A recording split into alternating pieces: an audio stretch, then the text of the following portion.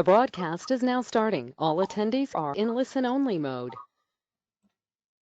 Good afternoon, and thank you for joining today's Leadership Bootcamp. I'm Helen Deakey. I'm in charge of marketing on behalf of Fazila Gopalani, head of ACCA Middle East. Today's session, we really believe in bringing you content and resources to ensure self-development as a leading financial professional. It's still paramount despite the pandemic, and we believe that nothing should stop us, hence today's webinar session. We've heard from many of you that we still need to provide you with a content that is both balanced with technical and soft skills, as we're all still coming to terms with our reality being upended in an unprecedented way. Whilst we try to arrive at a new norm, the necessity and significance of having to navigate and lead in uncertain times is still as pronounced as ever, and whilst we're adjusting to the ongoing rippling effects and restructuring of our economic and social order, we must not forget to support ourselves and our teams to ensure growth. ACCA has once again teamed up with Changeosity, and I am delighted to welcome back Krista, who's going to lead this bootcamp, which has been designed to help you master self-management to dramatically elevate your leadership brand and improve teamwork. Without further ado, please welcome Krista as I hand over, and we'll be back later for Q&As. Lovely. Thank you so much, Helen. And it's great to be with all of you this afternoon or this evening. I'm always really excited to be talking with fellow accountants about leadership. And so with that, let's really get into it. Tiny bit of housekeeping first. You were sent a workbook for the session today. I would like you to have that open, please. It's an editable PDF, so we're going to be filling in some of that workbook as we run through the session today. If for some reason you didn't receive that, you can see a link on the screen right now. If you jump into that URL and just scroll down a little bit, you'll see a button that will allow you to download a sample workbook. We're going to be quite interactive today, so we'll be working on the workbooks. We've also got a few polls for you, so please be involved in those, because it's great to hear, to get that sort of dialogue flowing. I know we're in the webinar format, which means we can't interact to a great degree, but polling will help us do that. Also, if you've got questions, please feel free to pop those onto the chat function. I might not be able to deal with them immediately, but Helen will be watching out for those, and toward the end, when we've got some Q&A time, we can definitely deal with them. So great, let's get started. So a CEO recently posted something really interesting on LinkedIn. He was recruiting for a role, and he had received many applications, and he'd whittled it down to 50 candidates, and he'd invited those candidates to come into the office for an interview. Prior to coming in for an interview, he had shared with them the values of the organisation, and among those values were things like equality, respect for others, openness, diversity, lots of really good and important words in terms of the cultures that we want to imbue in our organisations. Kindness, I think, was at the very top. He dressed as the janitor when they came in for an interview, and he contrived to have an interaction with each and every one of them. Of the 50 individuals who had confirmed their endorsement and commitment to the same value system as the organisation seeking a job there, only 2 interacted with the janitor, CEO, dressed as a janitor. Only 2 interacted with him in a positive and kind way. The other 48 behaved in varying degrees from dismissive to downright rude. So the point is here, every one of those candidates made a choice about how they behaved that day. And we all have that choice every day, how we behave, and we can never underestimate the impact that we have on others, particularly the more senior we become in an organisation. There was a 2017 article in Harvard Business Review by Eric Garten, and what he claimed is that leaders are made and not born. They're made because they learn to behave in ways that inspire others and unlock higher performance through empowerment, not command and control. But you can't just be inspiring, according to Eric Garten. You also have to hold people accountable for performance. So why are we talking about this topic? Well, this year, as we know, has been unprecedented. We're in a new world, and businesses have changed, people have changed, and we all respond differently to that. As leaders, it's always the time to consider how we impact others. So, as Helen said, my name's Krista Fox. I'm co-founder and principal of Changeosity, and we're going to learn some tools today for improving self-management. So thank you again to ACCA for inviting me to spend time with you.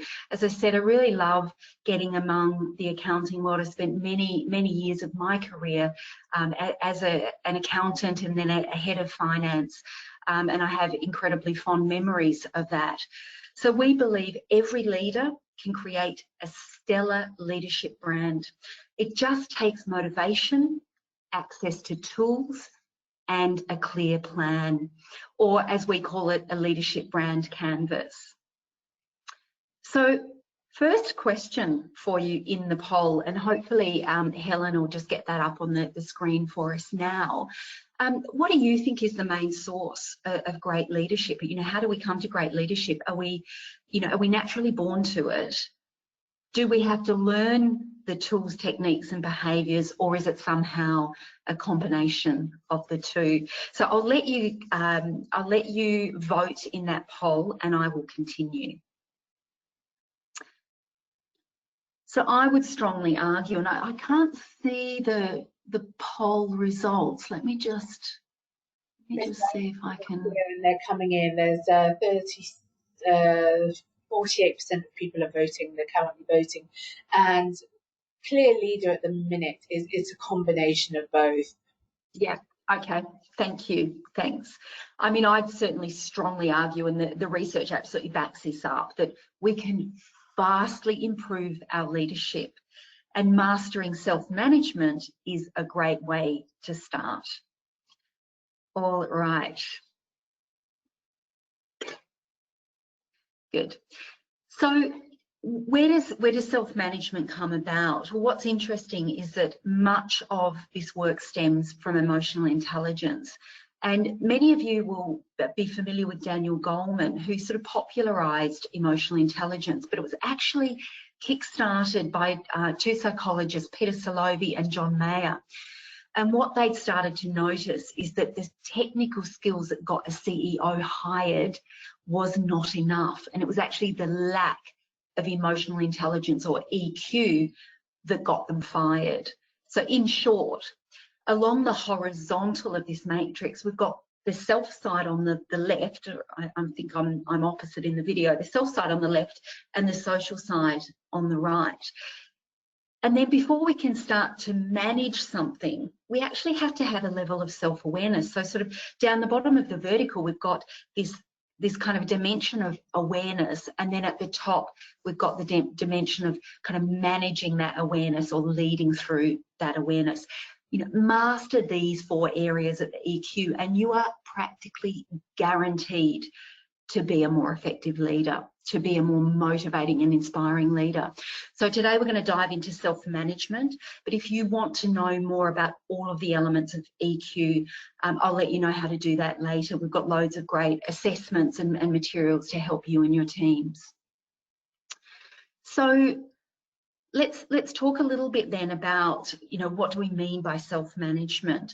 Well, great leaders do 4 things really well. They manage their impulses, they keep themselves motivated, they gather resources, and they put those resources to best use. A lot of this seems really obvious, doesn't it? But one of the leaders on a course that I delivered a couple of years ago actually broke down when he realised that he'd not been managing his impulses. When he was stressed, he took it out on his team. He belittled them in public. And it was a very painful realization for him that, you know, not only had that behavior really damaged his team's feelings toward him, it had damaged their motivation and certainly their productivity, because we all know what it's like when we're feeling harmed. We're not focused on the job. We're focused on feeling sorry for ourselves, or, you know, kind of talking it through with others who sympathise with us. So we're not productive. But what he really realised was that he'd done enormous damage to his personal leadership brand. People saw him as a jerk, and jerks don't create high-performing teams.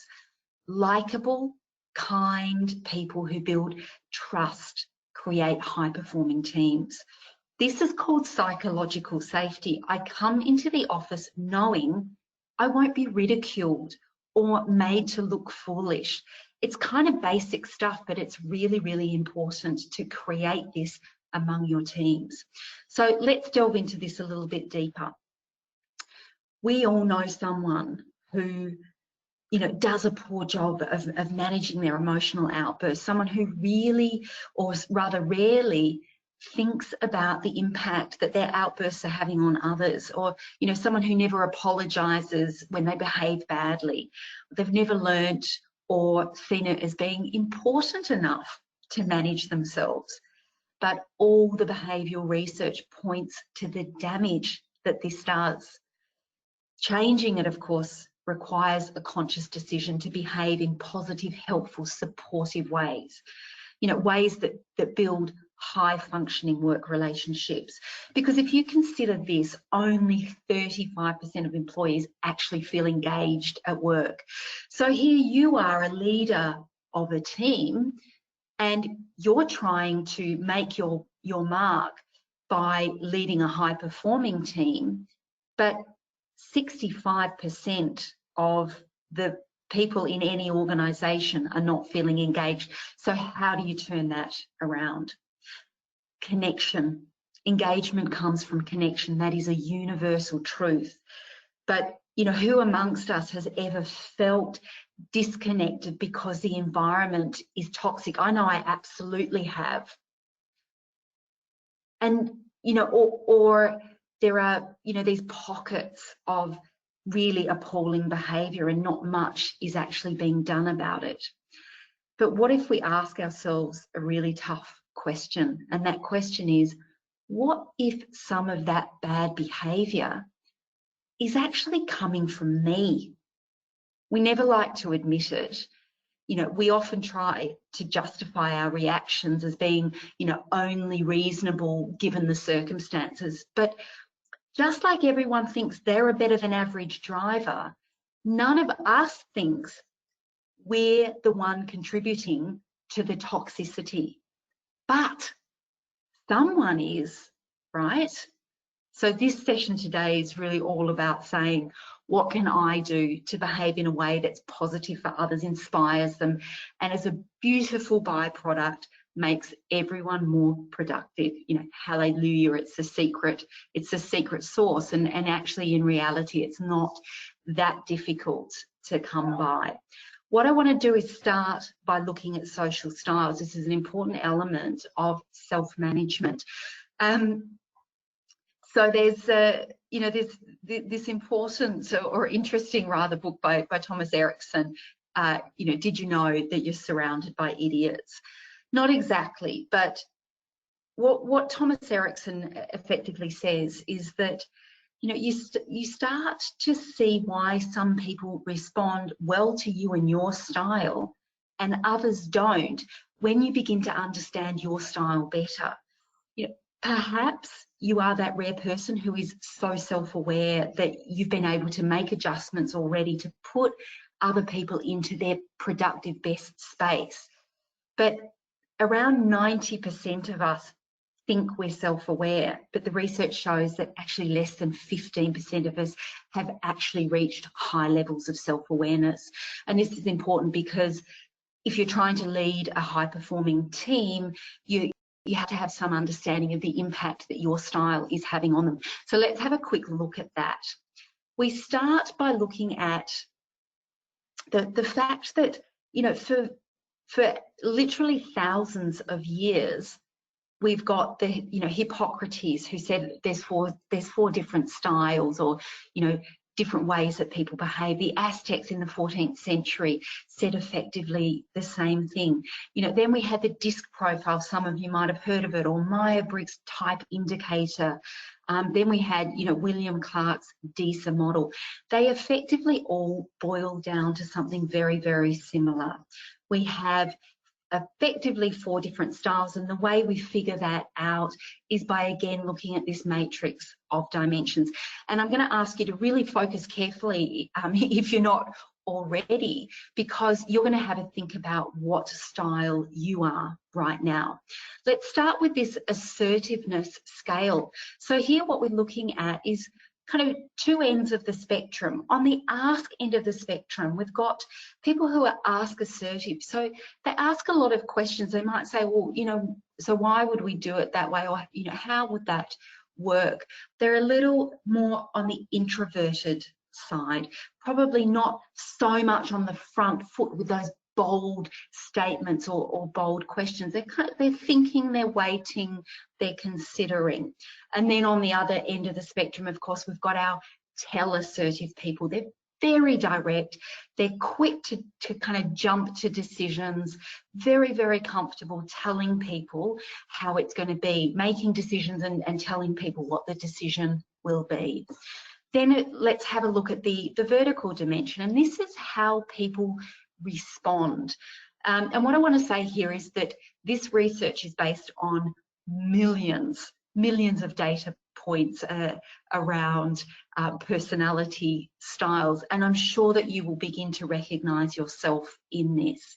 So what's the responsiveness dimension? We start with people who are far more focused on task. Their preference is to sort of talk about tasks, to be focused on facts, and rarely show emotions or feelings, particularly in the workplace. It's all about getting stuff done, versus those people like me who are more on the people side. They're a little bit more emotional. Their preference is to think about what the impact would be on people if we do this, to focus on the relationships. You know, if I've got to delay getting a task done because I'm worried about my team, you know, that's what I'll do. But the task-oriented people will say, you know what, the task's got to get done. Let's think about the people aspect later. We'll deal with that as a secondary concern. So what does that result in? That results in our social styles. So first we've got our task and our tell dimensions, and our drivers fall into that category. Our tell-oriented people who are also emotional or people-focused are our expressives. Then we have on the other side our ask-oriented but people-responsive amiables. And finally, those who are focused on task tend to be more introverted, our analyticals.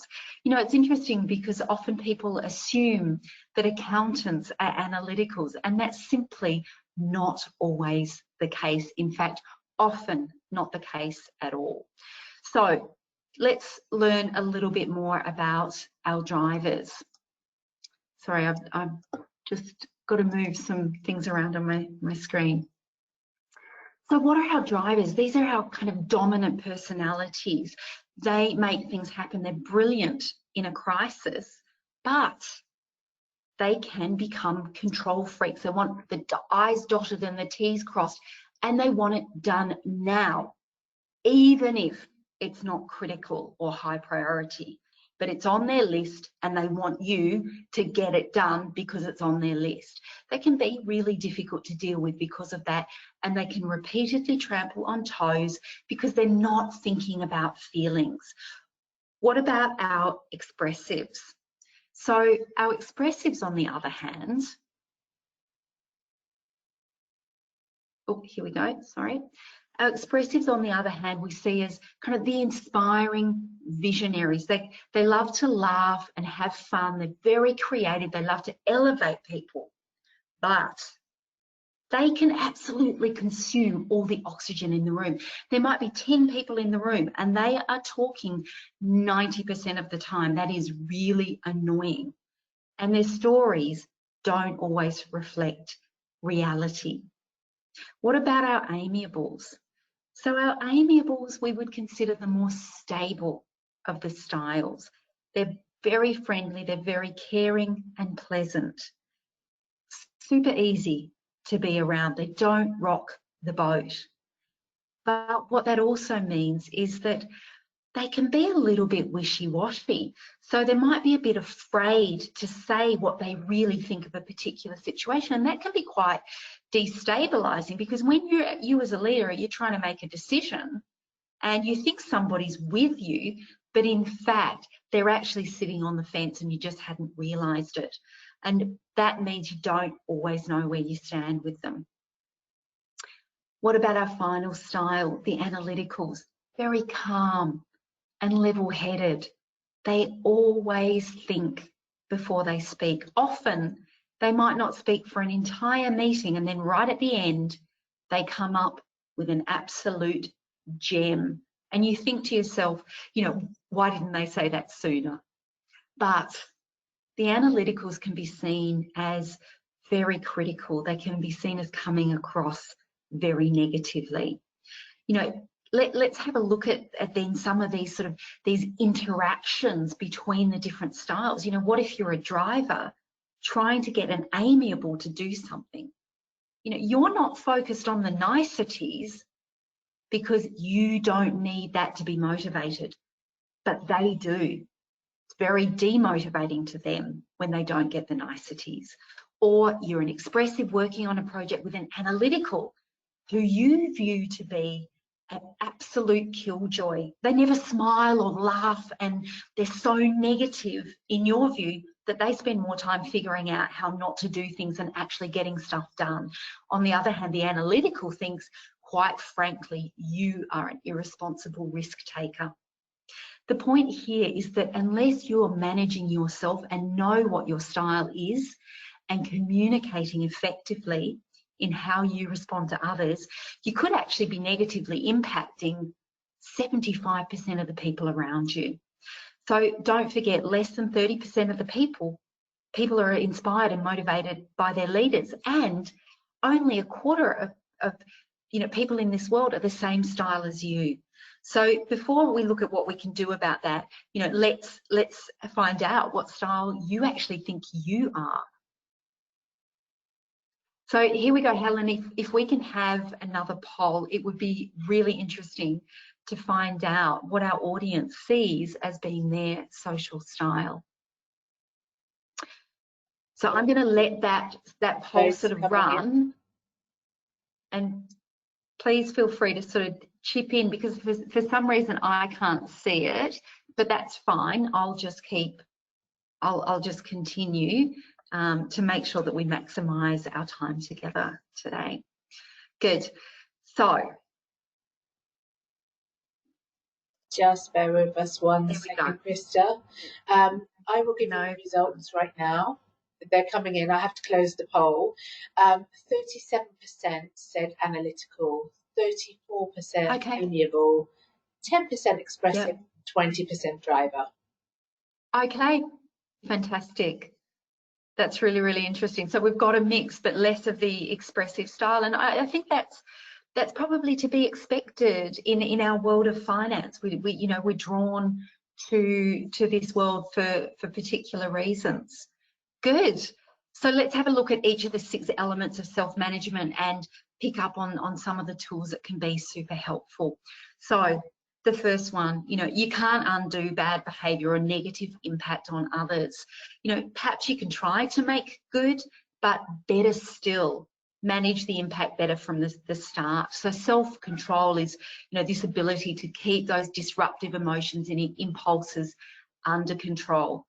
We all know people who leave that emotional trail of destruction behind them. Let's not be one of them. Let's be the kind person who brings positivity and kindness to the workplace, knowing that the research clearly shows that that has a huge impact on people around you and their productivity. You know, I would say let's not pride ourselves on the quick sort of witty cutting comebacks, but rather on our ability to just let things go. And I'm going to give you a tool for that in just a moment. So when you feel the urge to say something that could hurt, there are 3 great questions to ask, and I'll share those in just a second. So what could you be doing to increase your self-control? This is really about developing the ability to control responses by thinking first.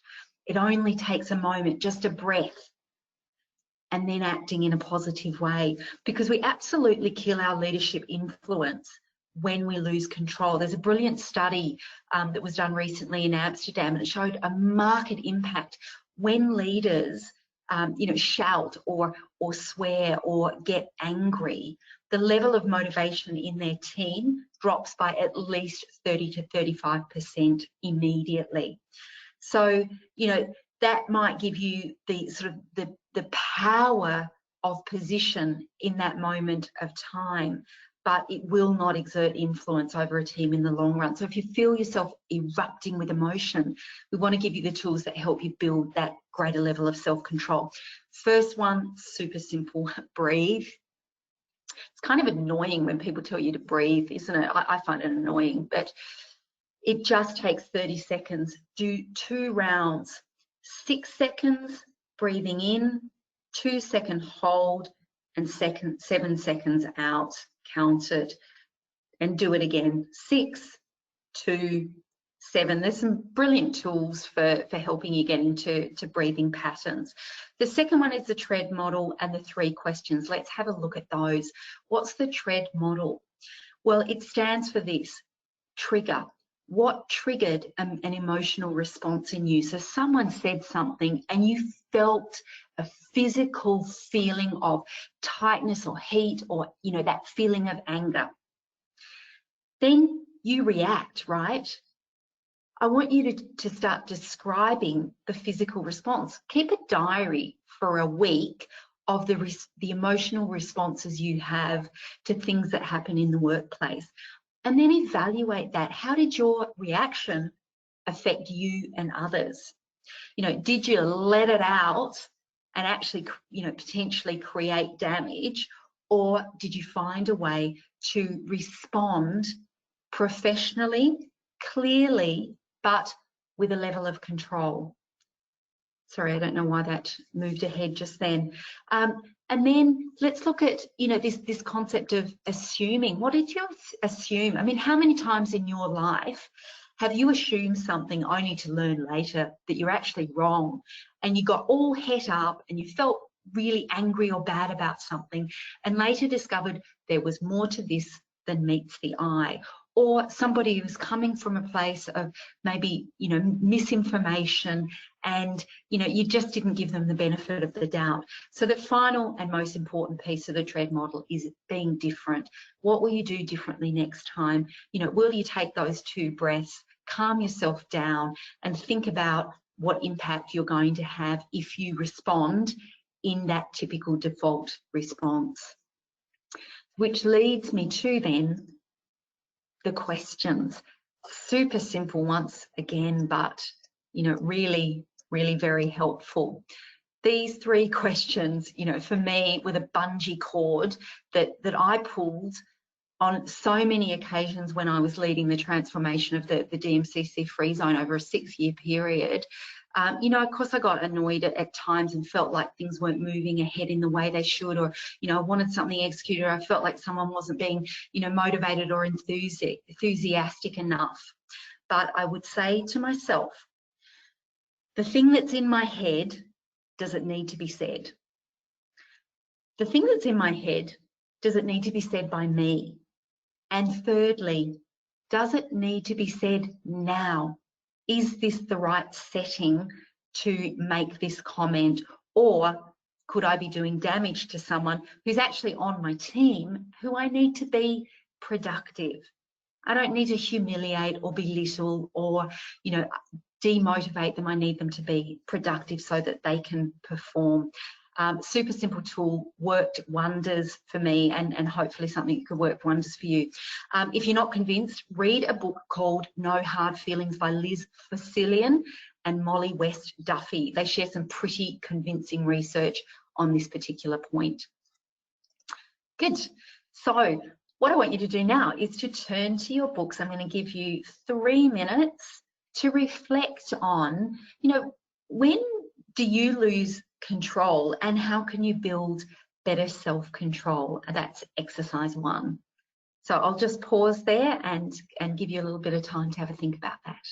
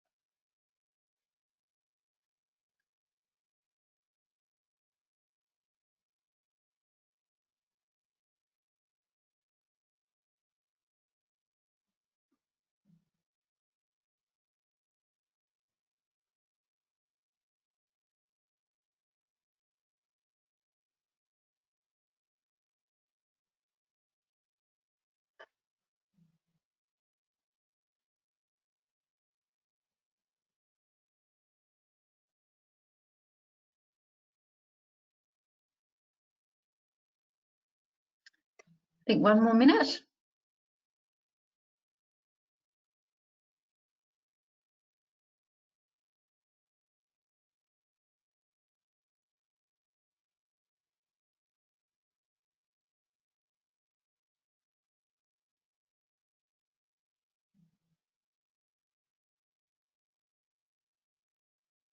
Right, and the moment of truth.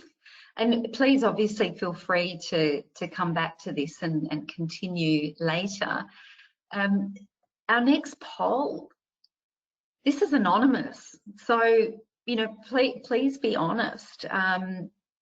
How well do you manage yourself right now? Are you, right there at the top where you absolutely never lose control and you always create positive, productive relationships? Or, is it right down the bottom or somewhere in between? Esther, the poll is live and there are lots of votes coming in, so I'll update you in I'm so interested in this. And it's nice. I can see the results coming in. I can't see who's voted, but there are a lot of good. Yeah. Webinar. Confidentiality. Absolutely. Have we got a mixture? Have we got anyone that said D? Well, we have. It's rising actually. 7% of those responded have said that they're out of control. Yeah. Yep. Yeah. It happens. We work in such stressful environments that I get it. I absolutely get it. But we also have to recognise that when we're out of control, we're not only doing damage to others, but we're actually doing damage to ourselves as well. And, I've often said I've worked for some leaders, in fact, who I believe if they never came into the office or ever interacted with any of their teams would be more productive. And that's a sad thing to say. Yeah. So this is really important stuff. So the majority, thank you for your honesty. Yeah, the majority have said that they sometimes lose control and say things they regret. 18% say they often, and it's gone to 6% saying out of control. But 32% never lose control.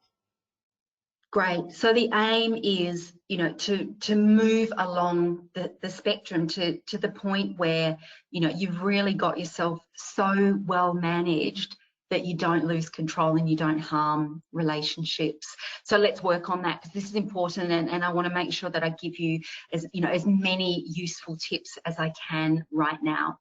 Let's have a look at the second component then, which is trustworthiness.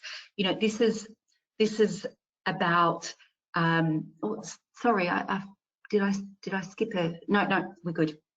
So, the second element, trustworthiness. There's a 2002 study by Dirks and Ferrin, and what they found was a causal relationship between trust and employee commitment. It's not a surprise, but sometimes we actually just need to be reminded that this is the case, and that trust is our leadership brand. Break trust, we breach our leadership brand. So as a leader, one of your most important decisions is to show a consistent display of honesty and integrity. I actually recall with some degree of shame, at various points in my career, and quite a while ago now, I'll say, I would say things to my boss like, oh, I'm just waiting for Ahmed to get back to me with an answer on that thing. The truth being that I had been sitting on this thing. I'd only given it to Ahmed, in the morning, knowing that my boss was going to be asking me about it because I was having a catch-up meeting. But by implication, or by failure to honestly give all the details, I was implying that it was actually Ahmed's failure and not my failure. And I made a decision at some point that I would never tell big lies, but I would also stop telling any of those small fabrications as well. Just a point blank rule. I highly recommend it. There's a guy by the name of Bear Grylls, and I read his autobiography, and I really love one of the things he said. And basically what he said is, if you don't have anything nice to say, don't say anything at all. Total no gossip rule. He said he'll go to his grave knowing that no one can ever say that he talked behind somebody's back. And I would recommend that when someone wants to engage you in bad talk about someone else, you can use a line like, life's complicated, isn't it? I wouldn't want to assume anything, because experience tells me that there's often more to a situation. So you just shut it down. Or you might say, I wonder what we could do to help or support that person to improve this situation. What do you think? Because let's face it, when we're in competition in the workplace, we're doing harm. When we collaborate with everybody in the organisation and don't see it as a competition because we're all trying to win together, that's when we start to bring out the supportive, kind behaviour, and others trust you more. So the final point here in trustworthiness is that trustworthy leaders give honest feedback. Coming back to the point I made at the very beginning, which is that not only are great leaders kind, but they're also honest about performance. Here's a great tool.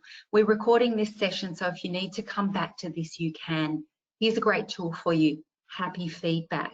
Happy Feedback is a method that is, a great way to give honest feedback. And if you find that difficult, as so many people do, here's how to do it. Happy is about highlighting the good intentions. So meet with that person, let them know that this is a conversation, to work through something in a really positive way. Then the next thing you want to do is actually ask about their fulfillment level. So few leaders ask, how are you feeling? How's the stress right now? Are you enjoying what you're doing, or are you struggling? How does it feel right now? And then what you want to do is, rather than saying to them, I'm unhappy with your month-end closing efforts, ask questions, probe them. How do you feel you're performing right now?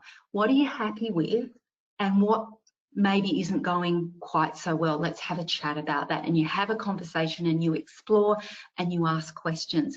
And then together you start to plan steps forward. This is not you as the leader saying, right, I want you to do A, B, C. It's, what do you think would be a good plan forward? When could we get that done? And then where I want you to end the conversation is on a really positive note, that kind of feeling of, yes, this person feels like I can do it. I can make those changes. I'm sorry, I don't know why the screen was just advancing forward there. I'm just going to move something. So that's the happy feedback model for you. As I said, you can come back to this recording. I'd be more than happy to share a happy feedback dialogue planner with you, as a complimentary gift if anybody wants that. So we're not going to do this exercise now, but what I do want you to do later tonight or tomorrow is just write a letter to yourself about how you can improve your level of trustworthiness as a leader.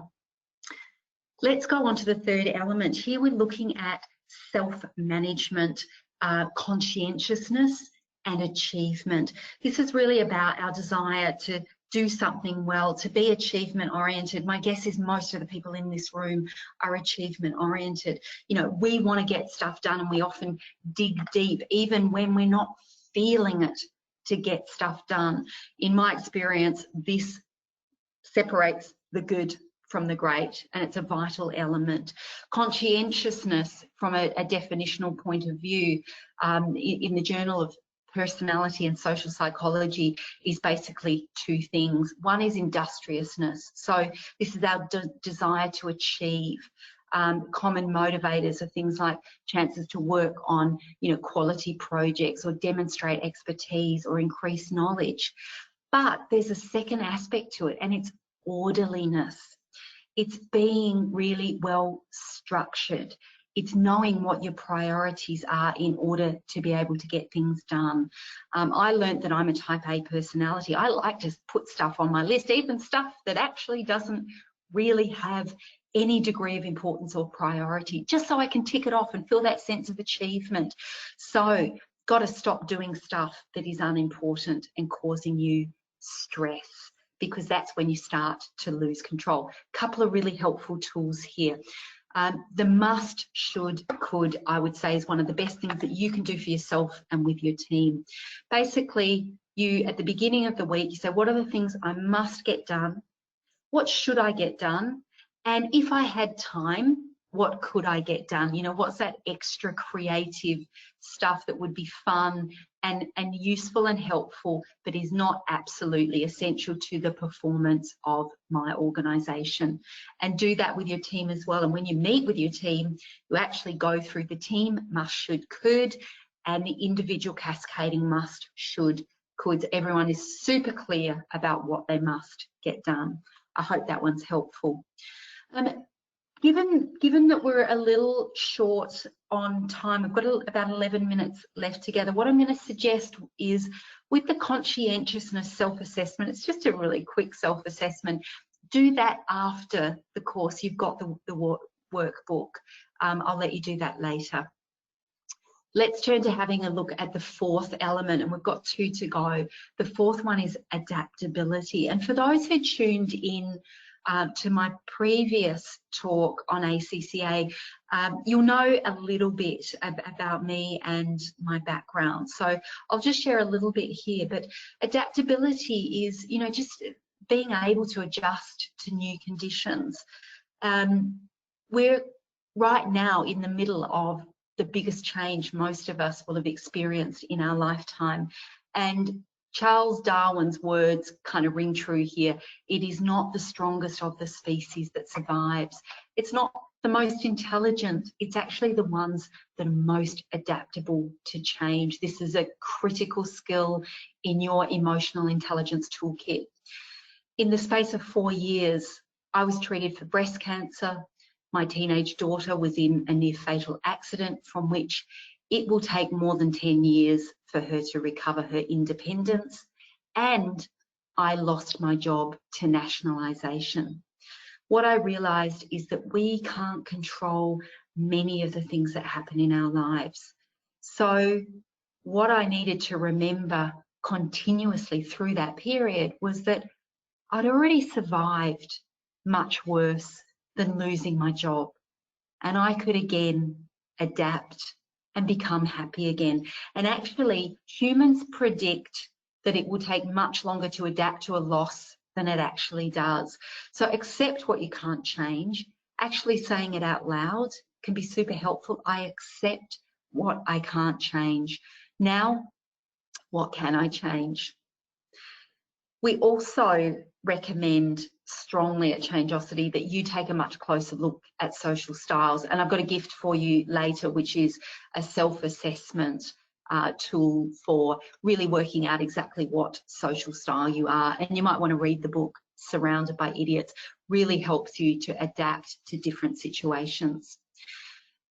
One more tool that I think is super important in being able to adapt is asking open questions. And I want you to, for the next week, to really observe yourself in your conversations and think about and recognize, am I asking open or closed questions? Am I actually asking any questions? Am I exploring situations and gaining opinions from other people in order to learn more about the current situation that we're dealing with? So we don't want leading questions. You know, wouldn't it be the sensible thing to do this? That's a leading question. We don't want closed questions, you know, questions that end in yes or no. You know, don't you think we should do this report this way? Yes or no. We want open questions, you know, questions like, you know, what would happen or what would need to happen for this to work? Or what changes could I make as a leader to help you, you know, see the light on this difficult task? Or, you know, how much time do you need? What would be a reasonable amount of time to get this done? That's one I've used so many times. People really appreciate it, not being given these deadlines that are often arbitrary, but actually asked, what's a reasonable amount of time? And then if you get an answer that's a little bit longer than you wanted, you can either accept it or you can say, what would we need to drop or what would need to change so that we could get that in a little bit sooner? Because I know that there's some implications. It'd be great if we could get it done a little bit sooner. What do you think? All right, so let's break free of that fixed thinking and ask open questions. Who, what, how, when, where, and to a lesser degree, why, because it can seem judgmental. Tonight, I want you to examine your level of adaptability. There's a great tool there by Jeff Boss. He asks you a bunch of questions, really insightful questions that I think you'll find helpful. Let's talk about taking initiative, having this readiness to act on opportunities. A couple of tools here to talk about. I want you to be living without regrets, you know, and the best way that I've learned is to ask myself, if not me, then who? There's an opportunity there. Who's actually going to take it? Am I going to let fear stop me from taking it? If you are an analytical or an amiable social style, this can be a real challenge for you. It can be really hard to step out of that comfort zone, and I'm going to show you a tool that will help you to do that. On the other hand, if you're a driver or an expressive, you know, you can be so ready to act that sometimes you haven't actually thought through the implications of what acting means and how that might affect others. So you might need to pause a little bit. There's also a super helpful tool from Business Strategy, the Opportunities Navigator. Let's have a look at both of those. So if not me, then who? I've asked myself that question a million times, and it's helped me to get out of inertia and to act. But the second one, which I love, comes from a company called Strategizer, and this is where essentially you look at all the sort of the sets of opportunities or initiatives or projects that are possible, and you just evaluate them based on potential and based on how challenging it's going to be. You know, you want your gold mines, you want the things that are low challenge, super high potential, but you also want your quick wins, because when we do quick wins, we win. And when we win, we create the sense of being winners. And when we feel like winners, we expect to win. This kind of sounds ridiculous, but this is how I led business transformation. Getting quick wins, celebrating them, making sure my team knew that I saw them as winners, reliable, able to deliver even when it was tough. And then as the stakes got higher and higher and the projects got more and more complex, they always remembered that they were winners who could get this stuff done. Even when it felt super, super complex and difficult at the beginning, they remembered that they'd been there before and the outcome was winning. And then you pop it into the sort of the table across to the right hand side here, where you really decide what is the roadmap of stuff that you must pursue now. What are you going to keep open for later? Plan out over an 18-month period. You don't have to get every single thing done right now. That causes stress. All right, let's move on to then the final element, which is courage, having that ability to break free of the fear, because fear is really the biggest thing that tends to hold us back. And it's actually not the absence of fear that we're looking for here. It's the ability to break free of it, to recognize and say, I'm going to do this anyway. Most of you know the research says that most people fear public speaking more than death. And yet many people have learned to overcome that fear. So how can you do the same with the things that you fear? I suggest you don't do it in big leaps. You do it in small bite-sized chunks, in small steps, and before you know it, you're on the other side or you're at the top of the mountain. Steve Jobs talked about the lack of fear that comes from knowing you're dying soon. He had pancreatic cancer. He knew he was going to die, and that freed him up to go for gold. We're all going to die. So what's stopping us from going for gold, from being the best we can be, the best leader we can be? So one mantra that I think can really help you overcome the fear of failure is just to say, if they can do it, why can't I? And when I say they, often we're just looking at someone who's succeeded, who has very similar skills to us, very similar experience to us, but they've just had the willingness to try and break free. Who failed before they succeeded? Oprah Winfrey, J.K. Rowling, Walt Disney, Bill Gates, Colonel Sanders, the list goes on.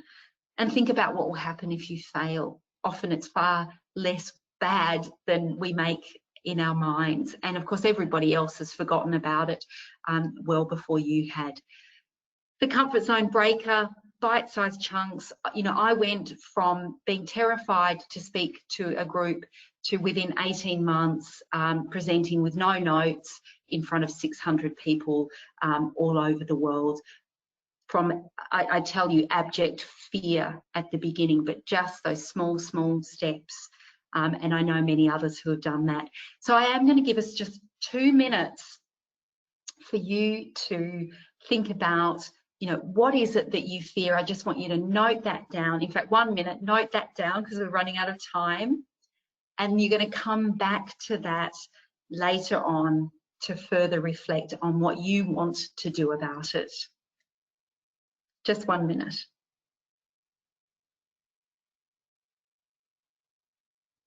I'm sorry, Helen, I knew that, my fear today was that I would go a little over time. I hope I can have another 5 minutes because I know that we started a little bit late. And there's just a couple of important things that I want to share. Shouldn't be a problem, Krista. Oh, great. Hi, Fazila. Hiya. That shouldn't be a problem. That will be fine. Thank you. Thank you. Helen's going to be, whenever you're ready for the questions, just give a shout out and Helen will, terrific. Yeah. Excellent.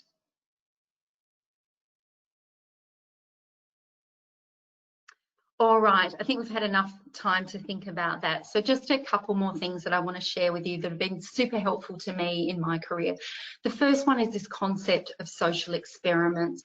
Cast your mind back to your high school science days. This is where we started looking at hypothesizing about if we did this, then that might happen. We put an acid with a base and it turns purple.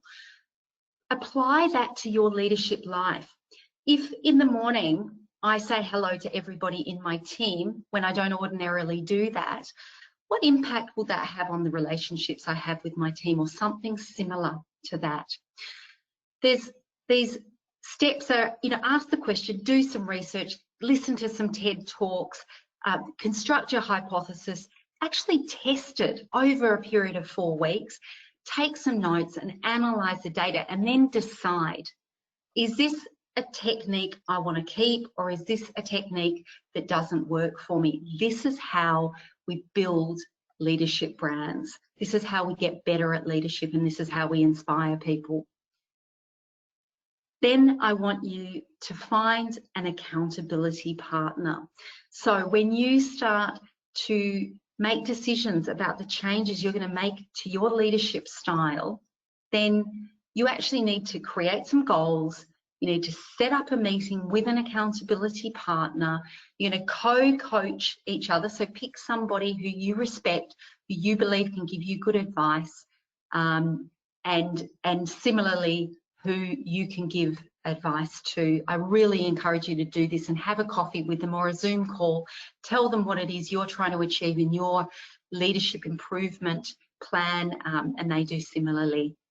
So I think this is the final poll question. It'd just be great to hear from people. What would be the most effective leadership tool that we've talked about today? We've got social stars, we've got the TREAD model for managing our emotional responses, we've got the 3 questions. Does this need to be said? Does it need to be said now? Does it need to be said by me? We've got the feedback. What just happened? Yeah, the poll is live. Still see my screen? The poll is live. They're just answering the poll at the minute. Hello? Oh, okay. Went. Yes. My screen just went blank, so I'm just lovely technical issues there, but everybody's answering. trying to get it back again. Okay, good. The open questions, of course, and the navigator. Brilliant. That's good. So all that's really to talk about now is, effectively, what do you want to do in order to change your leadership brand, to gain better self-control, self-management, particularly for those who said, they hadn't quite got it, in place just yet. So, in order to do this, you can absolutely go it on your own. You can, work on mastering self-management by developing discipline and understanding of, the impact of your choices. And this is going to be really pivotal for many leaders. Leaders who might not ever have stopped to take a closer look at how their behaviour builds or destroys, how it can lift up others or how it can tear them down. So we've kind of done a whistle-stop tour of the training. I really hope you've got lots out of it. If at this point you really want to keep learning, you could absolutely do it alone, or you can get help. If you decide to do it alone, it's actually a lot of work to figure out the tools of leadership, find the frameworks that suit you best. What I want to just briefly talk about before we go to the Q&A is, if you're interested in signing up to one of the programs, the ACCA has negotiated actually a deal that is so exceptional that that it hasn't been offered to anybody else. That's on behalf of all members. If you're looking for an all-round leadership program, you can choose Leading Through Change Bootcamp, and that's available to register now with the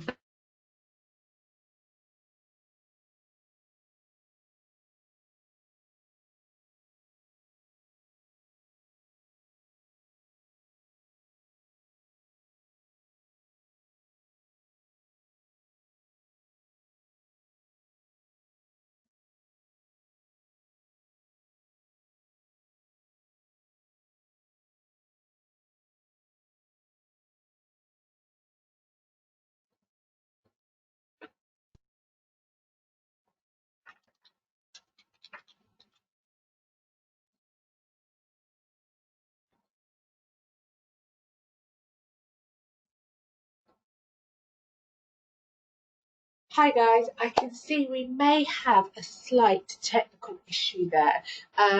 Just give me a quick Q&A in the panel if you can hear me properly. It's Helen. I think what Krista was alluding to, great, hi, thank you for that, Dharmesh, is that yes, ACCA have negotiated an exclusive offer with Changeosity. We really believe that right now is a key time for everybody to invest in themselves. So we have got this offer. We've given $1,000 off of the 5 modules, and we will be sending this across in an email post this webinar, where you can, 1, watch the webinar on demand and see the slides again, and 2, you can link in and reach out to Krista directly in how you actually would sign up to this program. The team at Changeosity are fabulous, and they will be happy to help you and answer any of your questions.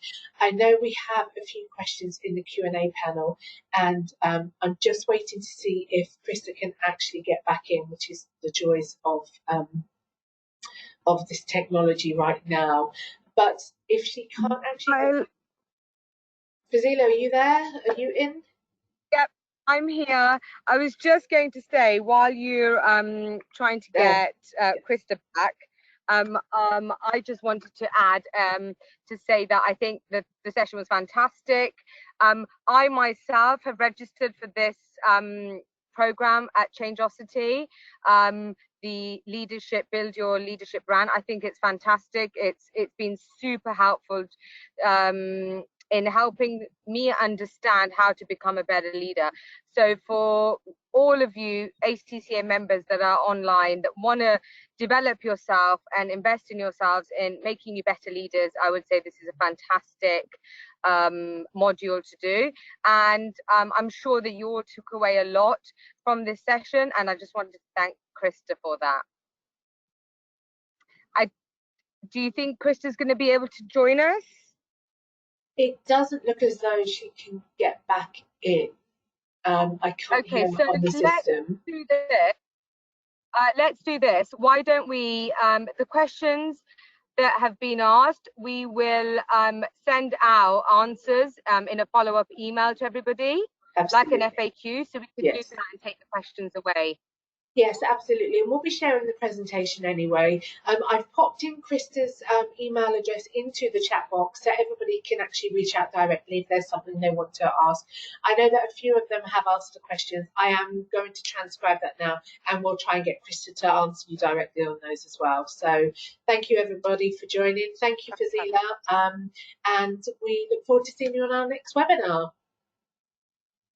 All right, thank you everyone for joining.